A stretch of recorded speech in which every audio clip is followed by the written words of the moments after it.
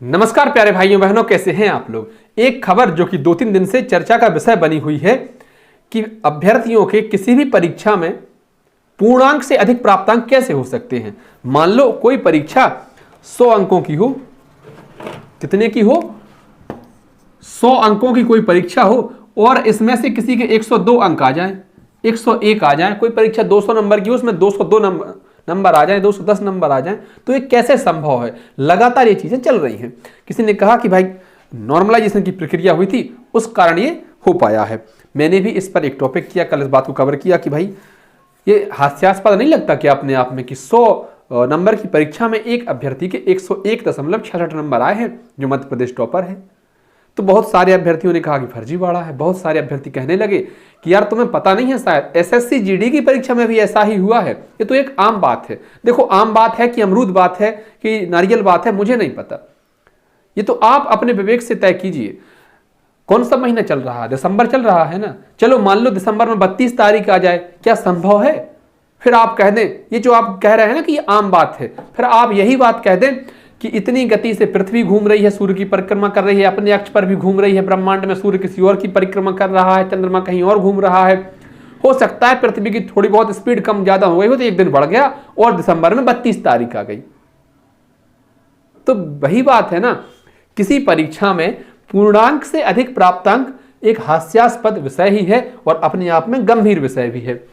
अभी कितना गंभीर है इसको देखिए, दैनिक भास्कर अखबार ने भी छापा। इस पर अपन चर्चा करेंगे बाद में विस्तार से। खबर देख लीजिए पहले तो आप। ये दिख रही ना, ईएसबी भर्ती परीक्षा में नॉर्मलाइजेशन प्रक्रिया पर उठे सवाल। ये नॉर्मल नहीं है।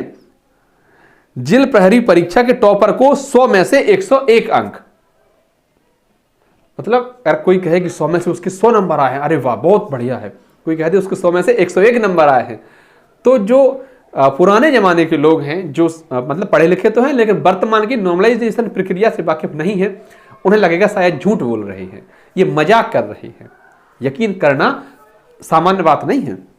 खबर को पढ़िए। कर्मचारी चयन मंडल ईएसबी द्वारा आयोजित वन रक्षक और जेल प्रहरी संयुक्त भर्ती परीक्षा 2022-23 के परिणाम पर सवाल उठ रहे हैं।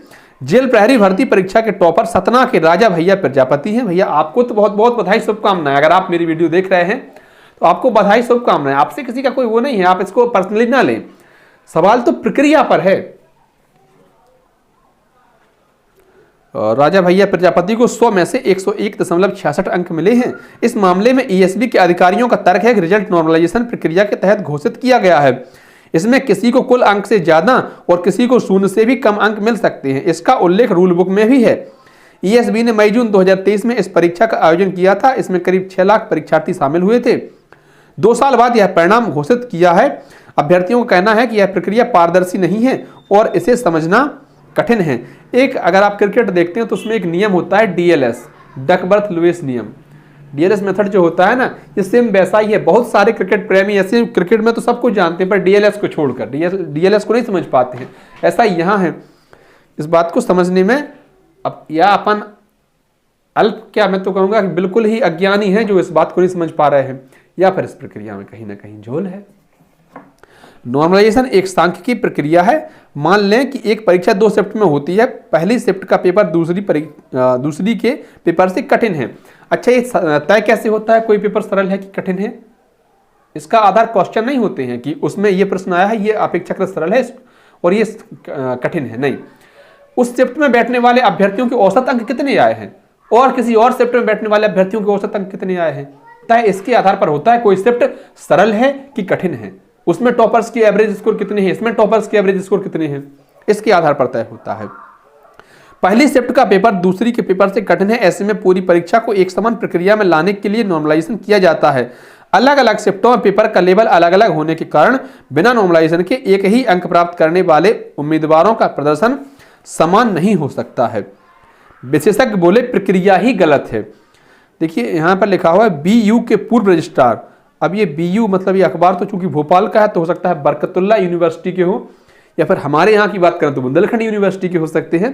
खैर जो भी हो, इन्होंने कहा है कि बीयू के पूर्व रजिस्ट्रार डॉक्टर एच.एस. त्रिपाठी ने बताया कि ईएसबी द्वारा अपनाई गई नॉर्मलाइजेशन की प्रक्रिया ही गलत है। भले रूल बुक में कुछ भी हो, लेकिन सांख्यिकी के नियम के तहत किसी अभ्यर्थी को अधिकतम अंक से ज्यादा नंबर नहीं मिलना चाहिए और न्यूनतम अंक से कम नहीं मिलना चाहिए। इन्होंने कहा कि किसी को अधिकतम से ज्यादा नहीं मिलने चाहिए और न्यूनतम से कम नहीं मिलने चाहिए। न्यूनतम से कम उस सूरत में तो मिल सकते हैं जब किसी में माइनस मार्किंग हो, लेकिन माइनस मार्किंग ना हो तो फिर न्यूनतम से अंक कैसे आ सकते हैं, या फिर अधिकतम से अंक कैसे आ सकते हैं अधिक। ये तो सोचने का विषय है और बहुत सारे अभ्यर्थी इस बात को लेकर परेशान हैं कि कहीं इसमें कोई किसी प्रकार का झोल तो नहीं चल रहा है, क्योंकि बहुत प्रकार की खबरें आ रही हैं, लेकिन सबूतों के अभाव में अपन उन पर कुछ कह भी नहीं सकते हैं।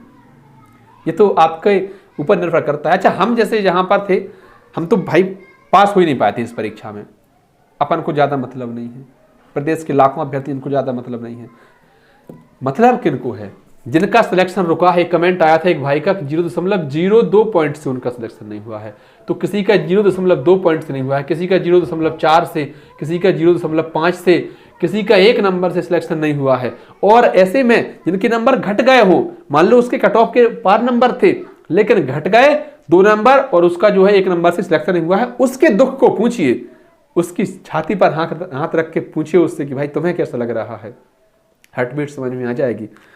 तो हमें कैसा लग रहा है, हम इसको मजाक में ले कि सीरियस ले, वो तो हम अपने हिसाब से चलेंगे, लेकिन जिन अभ्यर्थियों को नुकसान हुआ है भाई उनसे तो पूछिए उनकी क्या गलती कि नॉर्मलाइजेशन सरल पेपर दिया, तुमने कठिन पेपर दिया। हम क्या करें भाई इसके लिए? मुझे लगता है कहीं ना कहीं नॉर्मलाइजेशन प्रक्रिया एक बहुत ही घातक है अभ्यर्थियों के। जिनके बढ़ गए हैं स्कोर, बहुत अच्छी बात है। जैसे जिन भैया के क्या नाम था उनका, जिन्होंने टॉपर किया है, कोई राजा भैया प्रजापति, 101.66। रॉ मार्क्स तो इतने नहीं होंगे ना, उनके तो बढ़ गए नॉर्मलाइजेशन में। बहुत लोगों के 10-5 नंबर बढ़े हैं, हमारे खुद बढ़े हैं 7-8 नंबर। मतलब हमने अपना, भले हम क्वालिफाइड नहीं हो पाए थे फिजिकल के लिए, लेकिन अपना स्कोर देखा है तो हमारे भी 7-8 नंबर बढ़ गए। लेकिन समस्या तो यही है ना कि जिनके घट गए और उनका उसी घटने की वजह से सिलेक्शन नहीं हो पाया, वो क्या करें। मध्य प्रदेश में शिक्षक भर्ती हुई थी प्राथमिक शिक्षकों की, उसमें हमारे साथ भी हुआ, 3 नंबर कम हो गए थे, 1 नंबर से सिलेक्शन नहीं हुआ था। तो उस समय बहुत बुरा लगा था, बहुत दुख हुआ था। किसी भर्ती परीक्षा में बढ़ जाते हैं तो बड़ा मजा आ जाता है। तो ये चीजें हैं, लेकिन इस प्रक्रिया को सामान्य कहना कि नहीं भाई उस भर्ती परीक्षा में भी हुआ है, उसमें क्या हुआ मैं बता दूं आपको। एसएससी जीडी की एक परीक्षा हुई है, इसका भी रिजल्ट उसी दिन आया था, उसी शाम को आया जिस दिन फॉरेस्ट गार्ड का आया था।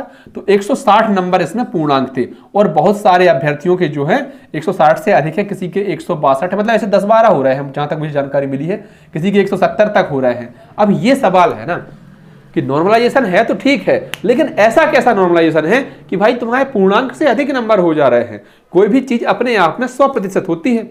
आपने ये तो पढ़ी होगी, अगर प्रतिशत तक पढ़ी है तो ये भी 100% है। अब उसमें 100% से अधिक नंबर आ जाए, मान लो कि इसमें परसेंट बनी होती, कितनी परसेंट बनी तुम्हारी, तो 101% बनी है, कैसे संभव है? ये बात तो ये है, विवाद की जड़ ये है। हो सकता है हम अज्ञानी, मुझे बहुत लोगों ने कहा है कि आपको अल्प ज्ञान है और जो कि बहुत खतरनाक होता है। हो सकता है भाई, मैं तो बिल्कुल अज्ञानी ही मानता हूं, खुद को निरक्षर मानता हूं, लेकिन आप हमें समझा दीजिए अगर आप ज्ञानी हैं तो, कि कैसे संभव है। ठीक है, बहुत अच्छा हो जिसके 170 आए 160 में से, वो तो सीना ताने फिर रहा है कि ये भाई 170 आए, 160 की परीक्षा थी। लेकिन जिसके इस नॉर्मलाइजेशन प्रक्रिया में नंबर घटे हैं उनसे पूछिए, फिर उनको कैसा लग रहा होगा। अरे हाँ या ना, हम जवाबदार नहीं है भाई इसके लिए कि तुम 10 शिफ्ट में पेपर करा रहे 100 शिफ्ट में पेपर करा, तो 1 शिफ्ट में करा लो, सरकार की जिम्मेदारी है ये, ना हो नॉर्मलाइजेशन। या फिर इसमें पारदर्शिता इतनी रखो, जो वो फॉर्मूला था, एक फॉर्मूला था, मुझे पूरा याद नहीं है, पर उसमें कुछ ऐसा था कि आपके नंबर गुणे आपकी शिफ्ट के एवरेज नंबर बटे पता नहीं आपकी शिफ्ट के टोटल नंबर, ऐसे कुछ करके एक फॉर्मूला था। तो वो सभी को मतलब सभी शिफ्ट के नंबर, एवरेज नंबर क्या रहे हैं, टॉपर्स के नंबर क्या रहे हैं, पब्लिश कर देना चाहिए ना डाटा। किसी की पर्सनल जानकारी तो उसमें है नहीं कि भाई फलाने तारीख को, जैसे मेरा पुलिस का पेपर हुआ था एमपी कांस्टेबल का, मुझे याद है ये हुआ था मेरा 4 सितंबर को, है ना, 4 सितंबर 2023 को, पहली शिफ्ट में 4 सितंबर 2023 को पहली शिफ्ट में मेरी परीक्षा हुई थी। भाई मेरे जो रॉ मार्क्स आए थे, मुझे आप ये बता दें कि 4 सितंबर की पहली शिफ्ट में जो ऊपर के 0.01% अभ्यर्थी, नहीं का डाटा लिया जाता है, 0.01% अभ्यर्थी ऊपर के हैं, इनका क्या स्कोर रहा है। पूरी परीक्षा में जो ऊपर के 0.01% अभ्यर्थी हैं, इनका क्या स्कोर रहा है। मेरी परीक्षा में सभी के औसत अंक कितने रहे हैं, उनका मानक विचलन क्या रहा है, पता नहीं क्या क्या उसमें लगता है, वो सब डाटा हमें बता दीजिए, पारदर्शिता आ जाएगी, फिर हम अपने आधार पर तय कर लेंगे कि हमारे नंबर ये थे और पूरा डाटा ये है, अब हम गुणा भाग करके हाँ हमारे नंबर वास्तव में बढ़ रहे हैं कि घट रहे हैं। तो ये पारदर्शिता जरूरी है, प्रक्रिया बुरी नहीं है ना, हम प्रक्रिया को बुरा कह रहे हैं। और जो अभ्यर्थी दुखी हो रहा है भाई हमारे नंबर बढ़ गए, तुम जल रहे हैं हमसे, नहीं भाई हम तुम्हें जानते तक नहीं, हम तुमसे क्यों जलेंगे, तुमने हमारा क्या बिगाड़ दिया। हम तो प्रक्रिया के खिलाफ हैं, और प्रक्रिया के खिलाफ भी ऐसे कि बस इसमें पारदर्शिता ला दीजिए कि देखिए भाई इस वजह से ऐसा हुआ है, किसी तरीके का कोई झोल नहीं है, किसी तरीके की कोई गलत व्यवस्था नहीं है, ये फॉर्मूला अपनाया गया था, इस वजह से आपके नंबर बढ़े हैं, इस वजह से आपके नंबर घटे हैं, बात खत्म हो जाती है। उसको गोल गोल घुमाना घसीटना अच्छी बात भी नहीं है। धन्यवाद प्यारे भाइयों बहनों, आप इस विषय को लेकर किस प्रकार से सोचते हैं कमेंट बॉक्स में अपनी राय जरूर दीजिए। वीडियो आपको अच्छी लगी हो तो लाइक कर दें, अपने अन्य साथियों तक साझा कर दें और सब्सक्राइब रूपी आशीर्वाद जरूर दे दें। धन्यवाद।